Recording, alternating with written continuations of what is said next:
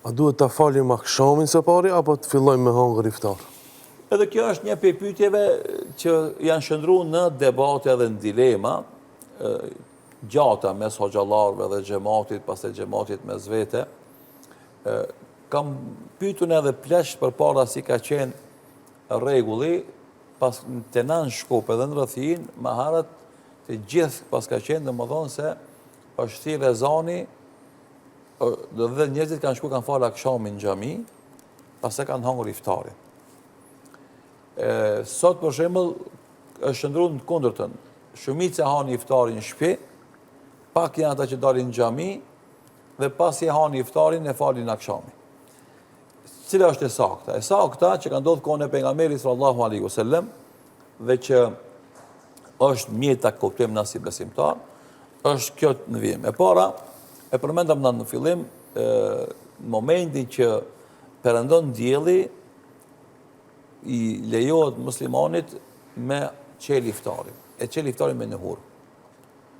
Pastaj, han iftar hurmë, një hurma, 2, 3, sa këtë mundësi me hangër. Pastaj e fal akşamin.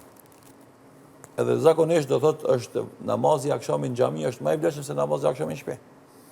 Sidomos për ato familje që kanë xhamiat afër, e bën iftarin me kokër hurmës dvetën, shkon në xhami e fal akşamin, e pastaj kthehet dhe ulet në sofrën e iftarit të hanë bukën. Kjo është forma më e saktë, më e mirë.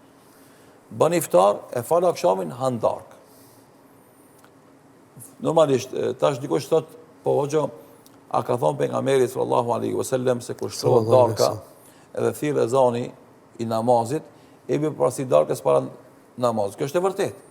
Hadithi pejgamberit sallallahu alaihi wasallam që e tregon domosdoshmë se nëse ndodh ndonjëherë që është shtru buka dhe thirr ezanin, do të më dhon përpasi bukës para ezanit.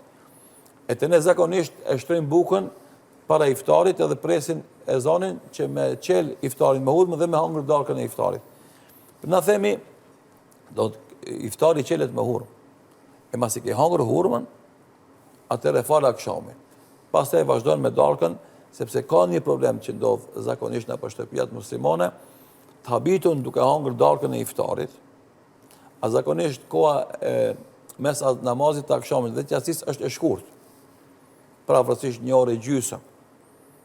Edhe rrezikon me ti kohën e namazit të akşamit edhe me hi koha e jacis ti pa e fal akşamin. Edhe në të disa familje që nuk janë shumë përpikt në faljen e 5 kohëve të namazit, kjo po ndodh.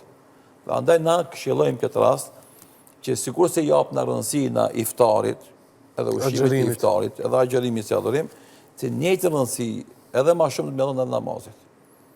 Se namazi si obligim fetar është edhe më i madh, edhe më prioritar se agjerimi.